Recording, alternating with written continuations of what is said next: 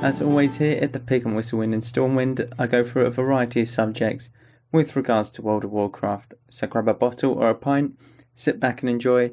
Today's subject, we're going to be carrying on with the sort of borrowed powers within WoW and kind of how Blizzard have gone with it ever since Legion, even Classic, because borrowed powers is something...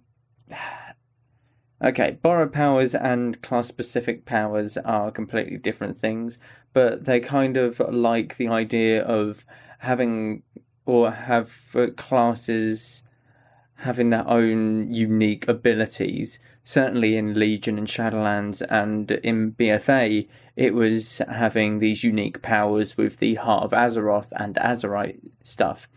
So we're going to be looking at the Azerite stuff, compare it to sort of the Legion, and we're going to be going over how sort of they're acquired, what sort of impact they had, that kind of thing.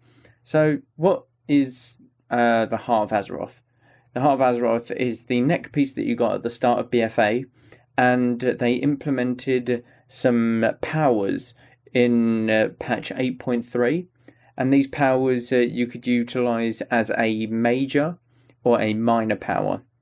When you unlocked a certain level of your Heart of Azeroth, this is the expansion grind, as it were. So in Legion it was Artifact Power, AP.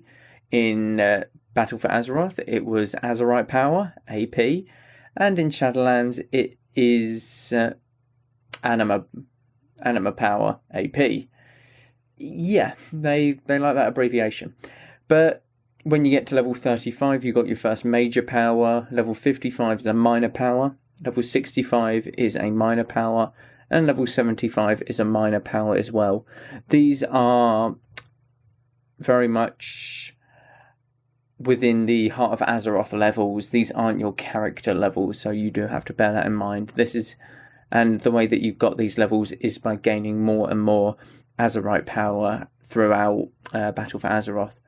But they were introduced in 8.3, so the last patch of Battle for Azeroth.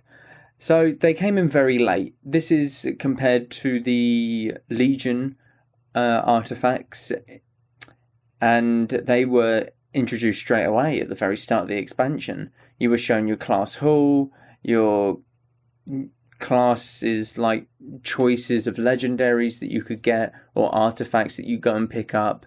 And yeah, they were introduced straight away and they really weren't messing about. You got that power immediately. This one took a year to find in its way into Battle for Azeroth. Before this, all you had were Azerite powers on armor. And these Azerite powers weren't anything amazing, in all honesty. They were usually passive abilities. I think they were all passive abilities, actually. So you weren't necessarily bringing something new into your rotation. You were just very much looking out for procs, or basically you were looking out for procs of stuff to go for your damage, over like your DPS.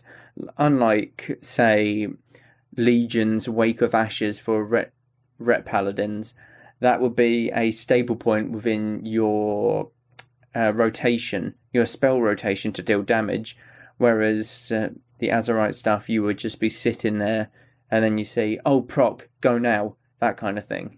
So these were introduced to spice things up, to give everyone a bit of fresh air, some new spells to, have fun with and everything.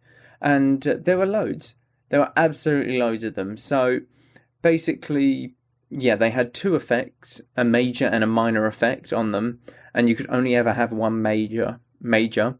And they each had different qualities. You had uncommon, green, rare, blue, epic, purple, and legendary, which is the iconic orange.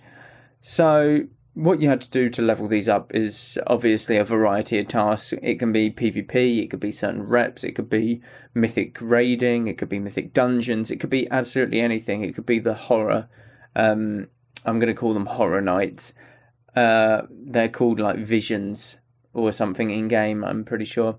But the N'Zoth visions you had to do to get some of them. So they were all introduced in different ways, and some were better than others. I can say that much. So this is a list of all of them, going over what they do and sort of looking at them compared to the Legion ones. So in terms of like all roles, you have something like Formless Void. And I'm going to be giving the uncommon rank of it, because obviously not everyone could see the legendary version and it's a bit more different. So I'm going to be giving the major power and then the minor power for it, all both in the uncommon side. So for a major power, it replicates the energy in your target's Heart of Azeroth, and it gains access to rank 1 of their currently slotted major essence for 15 seconds. The Formless Void will go on cooldown for 50% longer than the base cooldown of the essence you replicated. And this does not work on passive essences, by the way. And if you put it into a minor power, each time an ally within 40 yards uses an Azerite essence, you gain 273 main stat for 20 seconds. That's it. Yeah. Again, the minor powers aren't necessarily great. They're kind of just like Azerite gear. They're like procs mostly. It's that kind of thing. The major powers are what you would be looking at to utilise. But you have one which is just as simple as Strength of the Warden. It's a tank one. It's literally as simple as this. Taunts all nearby enemies, forcing them to attack you for 6 seconds. That's it. That's the major power of this essence. They really didn't, blow it out of the park with some of these. And the minor power for it is every 2 seconds you store 2,000 healing, up to a maximum of a percentage of your health. When you dodge or parry an attack, heal for all sorted healing. Nice and simple, you just get a little healing bonus every now and again. You've got Touch of the Everlasting, which is another tank one, and that is your death is prevented, and instead regenerate 20% of your maximum health and take 85% reduced damage. And this is insane. This is a 10-minute cheat death, pretty much, as a major power. So if you're having trouble doing a big pull, this can save you. This little one can save you. The minor power for it is when you fall below 35%, you gain 201 avoidance for 15 seconds. And the next active mitigation will last 30% longer, so maybe Pain Suppression or Argent Defender or just anything that's a damage reduction. Guardian is a damage reduction if you're like a prop paladin, so it will all last 30% longer. For like a DPS sort of major ability, you've got Spark of Inspiration. It releases a wave of energy in your Heart of Azeroth and it increases damage of all party members within 15 yards. And they deal... oh my god, I can't read for anything at this moment. Increase the damage of all party members within 15 yards and deal with Azerite essences by 45%. They deal 45% more damage with their Azerite essence.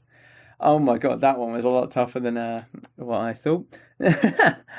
So, and the minor power for it is it approximately procs 3 times a minute, and your spells have a chance to increase your haste by 108. Like I said, they just are sort of proc chances, the minor abilities. They aren't anything special at all. You've got another one, Breath of the Dying. You burn out your target with a bolt of Azerite, and it deals a certain amount of fire damage. And if the target is less than 25% health, the cooldown's reduced by 30 seconds. So it's not a bad sort of damaging ability.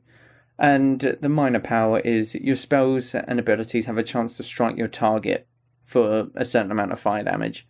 So you can use this as a guaranteed proc, or you can use it as a smaller, hard-hitting, kind of like a poison to your weapon. Some of these, again, were very, very weird.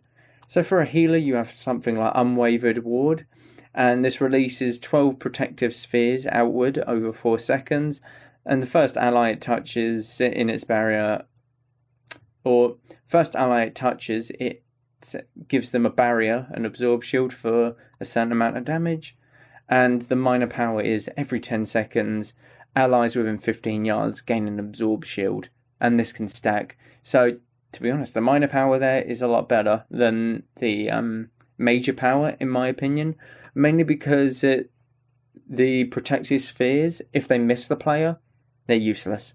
That's the thing. So some of these minor powers were actually better than their counterparts in the major powers, which is really weird. But another you have for healers is something like Spirit of Preservation. You channel a beam of energy onto an ally and you heal them. It's, kind of that easy. But every 5 seconds for the minor power, you gain Devout Spirit and you cause your next quick heal to heal an additional %. And this stacks up to 3 times. Now, this sort of stacking mechanic is in the game still. And this is a legendary in Shadowlands. And this one obviously might have been a bit better for healers because it's more utilised. You can get a bigger heal from a quicker cast. So no wonder they brought this into Shadowlands as I believe it's a priest legendary with Shadowmend. So it's definitely utilised within WoW today. And I would have thought that this was kind of utilised back in the day as well, back in BFA. But there's absolutely loads of them. And they all alter how much damage they do, how many stacks it gives, how much stats it gives as well when you go up each rank. So you get a rare and then an epic and then a legendary. And some of them could just be a slight tweak in how they look. I remember one where it literally just tweaked how it looked, the beam, for being a legendary. And it's not bad, but you kind of want something else for it being legendary. So these are the ones that kind of I look towards throughout the end of BFA, whether it's PvP, PvE, this kind of thing. But you have the very plain one called Crucible of the Flame. This is the first one that the players get when doing the quest line to unlock the Heart of Azeroth's power, almost. And it's just a nice simple blast your target with a ball of flame, dealing a certain amount of fire damage. And each cast of this deals 100% increased damage or healing, and it's reset after every third cast. So after you get 3 casts of this, or 2 casts, you've got a really big hard-hitting third one, and this could be good in arenas if you're setting up for consistent damage or anything like that. And the minor power with this is your spells and abilities have a chance to cauterize your target, and it just deals a bit of damage over 10 seconds, or heals an ally over 10 seconds. Again, it's nothing too amazing, but if you were to look at like the rank 3 version, you get the same sort of thing, but you get 2 charges of concentrated flame, which is amazing. So you've got consistent damage building up with this ability. You also have stuff like World Vein Resonance, and all this is, I remember this one was very simple, I did like it. You concentrate energy into the Heart of Azeroth, and it causes 2 lifeblood shards to erupt from the nearby ground, and causes you to gain 300% bonus from your primary stat for 18 seconds. So this is insane, by the way. 300% from your primary stat. That's absolutely nuts. That's 3 times what you already have. And, you know, the numbers in or BFA were getting a little bit crazy towards the end. But for the minor one, every 18 to 25 seconds, one just erupts from the nearby ground for 12 seconds. It has the same effect, but it is every 18 to 25. So if you were to really go for a big burst, then you would want to deem when you pop this. But as a minor power, it's a lot easier to just, have consistent pressure in, say, an arena. I'm going to go with arena because Arena is what I play the most in World of Warcraft. This one was quite fun though, Ripple in Space. So you create an Azerite beacon at a targeted location, and then after 4 seconds, it relocates you there and deals damage to the enemies there. This is a blink. And for those who didn't have mobility, Ret Paladins, DKs don't necessarily have too much mobility, but they have a lot of death grips, so it's not too bad. You know, these were very good to get around the map, to stop a drink, to just annoy someone, to run away from enemies when they're bursting, like loads of properties for this. And yet the minor power is so meh. It's when you move more than 25 yards within 4 seconds, you gain 176 of your primary stat for 15 seconds. And this has a 30-second internal cooldown, by the way. So it's like you've got this blink ability, but if you go down to the minor ability, it's kind of useless in a way. Again, it is just another stat, just to proc and hope that you kill someone with this proc. It's nothing too fancy and nothing too special, in all honesty. So you have stuff like Vision of Perfection as well, which is a really good one. So your spells and abilities have a chance to activate your spec-specific cooldown for 25% of its base duration. So this can be maybe Wings for a Paladin. This can maybe be like a bite, a ferocious bite. No, it wouldn't be a ferocious bite for a feral, sorry. It would be more like a it would be a berserk. It would be a incarnation for boomkins, that kind of thing, like a big cooldown. And the minor power is kind of meh. It reduces the cooldown of your spec-specific cooldown by a certain amount. And it doesn't give me an exact percentage here, but it based off of like the time that it is. So it might be, if it's a 3-minute cooldown, it might make it a 2.5-minute cooldown. Whereas if it's a 1-minute cooldown, it might make it a 50-second cooldown, that kind of thing. You also have Memory of Lucid Dreams. Now this one was amazing, by the way. This was great fun to have. So you clear your mind and attune yourself with the Heart of Azeroth, and it increases your spec resource generation by 100% for 12 seconds. So you're getting loads of more energy if you're a Feral Druid, you're getting loads of Star Surges in if you're a Boomkin, you're getting absolutely everything, Rage if you're a Warrior, that kind of thing. Whereas the minor power is kind of meh, so your spells and abilities have a chance to refund 50% of the resource spent on them, and it heals you also for a certain amount. So this one isn't bad for PvP, obviously, that kind of thing, but they really didn't take a lot into account when designing all of these.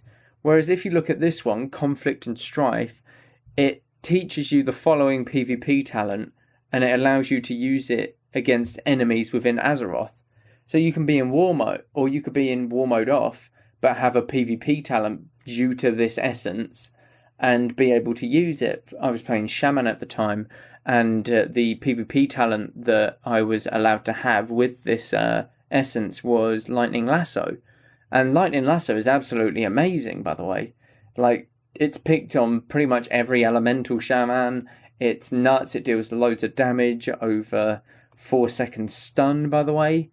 They're stunned while taking damage, which is nuts. So, like, this was really good. And this was sort of a must-have in PvP because you just got a free PvP talent to utilize. Some of them were really good. Some of them were really bad. And they didn't really distinguish, they didn't really look into it that much, I feel like. So the minor power is obviously your spells and abilities have a chance to increase your versatility by 48, and this can stack up to 5 times. So this can also be given to you if you're affected by a movement impairing effect, or say a hard loss of control effect, so a hard CC, cyclone, freezing trap, that kind of thing. So these are obviously just very much PvP orientated, whereas others were PvE. There was one, if I can find it, but it basically, all you did was shoot out a massive beam at enemies in front of you, and it did an absurd amount of damage, but it was kind of only useful in PvE. That's the thing. it wasn't necessarily useful in PvP because people are just going to, walk to the side of the beam. It's not really going to be that tough. All of these, compared to, say, Legion, all of them had their own very specific niches. They were all very useful in very specific aspects of the game. Whereas if you look at, say, Legion, you had, I'm going to use Ret Paladins as a example here again. You had Wake of Ashes, that is now a baseline spell, by the way, for Paladins. It was that impactful for every single aspect of Paladins. You have, I'm trying to think of what else made it. You have Phoenix Flames for mages, fire mages, which was their artifact weapon spell that they got with Fellow Malorn. So again, these were all spells that were very impactful and impacted the class and the spell rotation that you would utilize. And this was at the very start, so you could integrate it in the game a lot more so, or like throughout the expansion. And that's what led on to, some of the spells sticking around in BFA and still in Shadowlands. Whereas if you compare them to the essences from Battle for Azeroth, they were introduced in 8.3, the last patch of Battle for Azeroth, so people didn't necessarily get to play around with them too much. If you allowed this at the very start, then suddenly players can experiment with some of these essences. You can add to them at later points. You can, crunch the numbers. You can modify the numbers a bit to make sure that they're all sort of, performing well in every single category, that kind of thing. So there's many different uses as to why this should have been brought in earlier, because some of these might have made it into a later, or made it into Shadowlands, to be honest. Like the Ripple in Space. That one's amazing. I absolutely love that one. Like the PvP one. If you choose to switch out, say, a row of talents for another set of PvP talents, so you switch out your level 50 talent row for a PvP talent row, then by all means, that would make it amazing. Therefore, you get an extra PvP talent. This way, it shakes up PvP play a lot more so, because you can utilise 4 PvP talents instead of 3, considering they took out the medallion and that kind of thing from the PvP talents as well. They turned it back into a original trinket for the players. So all of these could have been amazing. Ripple in Space, the massive, chain bolt thing, the bolt of line. I've already forgotten what I said about it. Where it channels a beam. That's the word, a beam. A beam in front of you dealing like loads of AoE damage. That could have been implemented in some way into the game. That could have just been a quirky thing that they put in Torghast, for all honesty. Because these things were fun. That beam was amazing to look at. You really felt powerful when shooting that damn thing out of your hands. You just did some anime stuff or whatever, and it's absolutely amazing. But loads of these were obviously not brought forward into Shadowlands, and that's what is the real disappointing thing about them, because borrowed power within World of Warcraft is mostly only borrowed, and that's the sad part about it, because there are a few exceptions. Wake of Ashes, Phoenix Flames, Mages and Rets, yada yada yada. Like I've always said, they're the two that I keep going back to, so sorry if that's getting a bit, old to hear, but they're the two that I know. Borrowed power is great. It's great fun. It really refreshes the game, because otherwise you've got loads of people just, having the same spells. All the classes have the same spells otherwise. Whereas if you look at, say, it's a bit contradictory, because everyone in Legion had the same spells, even though they got this brand new borrowed power from their artifact weapons like Wake of Ashes, Phoenix Flames, etc. But it was brand new in that instance that no one cared. Whereas this was very much, you can mix and match different abilities, you can mix and match different major powers with minor powers, etc. So you could really customize your character to get a good sort of build if you wanted to go for just pure stats, if you wanted to go for a big AoE burst in like a mythic, if you wanted to go for big single target in PvP, that kind of thing. And this was what was brought into the Shadowlands. You get this sort of mix and match feeling. You get a sort of in-between. So you've got 4 covenants, you've got 4 different abilities, or damage and utility abilities that you can get. So for Maldraxxus, you have like Fleshcraft, where you get the shield. And if you go like Night Fae, you'd get the Soul Shape or whatever. And these provide completely different playstyles. So this is obviously something that I might get into next week with Shadowlands and Covenants and everything. But a small example of the sort of in-between ground here is you've got Borrowed Power, which is in the Maldraxxus shield. The Maldraxxus, I'm going to use Feral Druids as an example here, Insect Swarm. And you've got Night Fae Soul Shape, which is the base, and then Night Fae Convoke the Spirits for Feral. They're 2 very different playstyles. One is very much you dot up the enemy and you sort of just let them bleed. And the other is you're going all in with this Convoke, you're getting some big damage and then run. Because you're not as tanky as a Maldraxxus Druid, that kind of thing. So they're completely different. And you can mix and match depending on what you're feeling. You can obviously go Maldraxxus if you want. You can go Night Fae, you can go Kyrian or whatever. But this doesn't limit you to just having the one spell for the entire specialization, like in Legion, when you got Wake of Ashes, Mages, Fire Mages got Phoenix Flames. And it isn't as sort of overwhelming as the essences in BFA, where you've got way over like 20 essences that you can pick and choose from, depending on their minor power, their major power. You'd have to constantly switch out, and bearing in mind switching these out was not easy. You had to go to the Flame, I believe. You had to go to like Silithus and talk to Magni and go to the Heartforge or whatever it's called. I'm pretty sure you couldn't do it in a rested area, but I might be wrong in that. I'm pretty sure I'm wrong in that, actually. You could do it in a rested area, and I'm going to stick by that one. So it's a bit of an in-between, but Borrowed Power is something that really livens up the game. For me and for many people don't like the spells that are borrowed. Convoke the Spirits is one that's very much looked down upon because it can one-shot you. Mind Games for me is one that I absolutely despise because I can't heal myself with hybrid classes. Many different things, many different borrowed powers have been flamed throughout the years, have been said that it was awful, and then suddenly it's the best thing to come out. It's very different every time. So borrowed power, again, really freshens up the game for me, and I really do hope that they keep doing this within the future. Shadowlands is a good example of where it's gotten to. It's not everyone gets one spell. It's very much not everyone gets one spell or not everyone's overwhelmed. It's very much the in-between. It's, okay, these are set spells, but you get to pick and choose between 4 different ones. It's that kind of thing, which is the perfect middle ground, and I hope going forward that they do carry on doing these borrowed powers within the game.